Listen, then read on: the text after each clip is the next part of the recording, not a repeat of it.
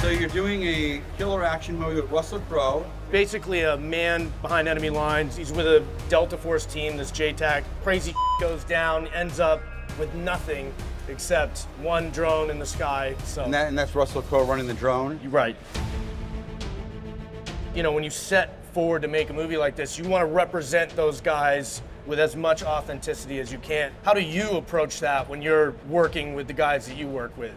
Well, I try to make them as good as they possibly can with weapons and all the stuff they do.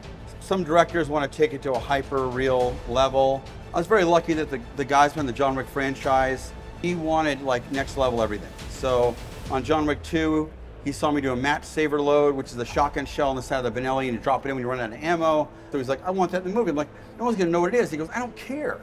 They're gonna watch it over and over again. Like they're gonna try to figure out what the hell's going on. I'm very blessed that I was able to bring the world of three gun into another level in Hollywood through some of the biggest movies out there. Absolutely.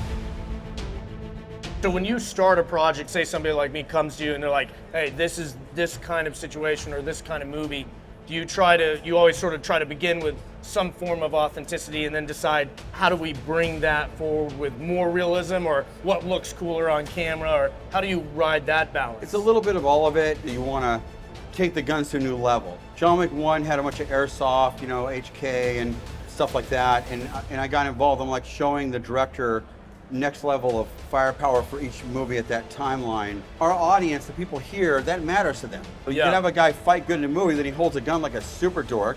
You know, he's flinching and he's scared of the blanks and all that. Yeah. So the director and even Keanu in the early videos talk about how shooting live ammo, it gets in their system, they're handling the guns, and you can see how they're handling it. It's real, you know. Otherwise, they look scared and silly.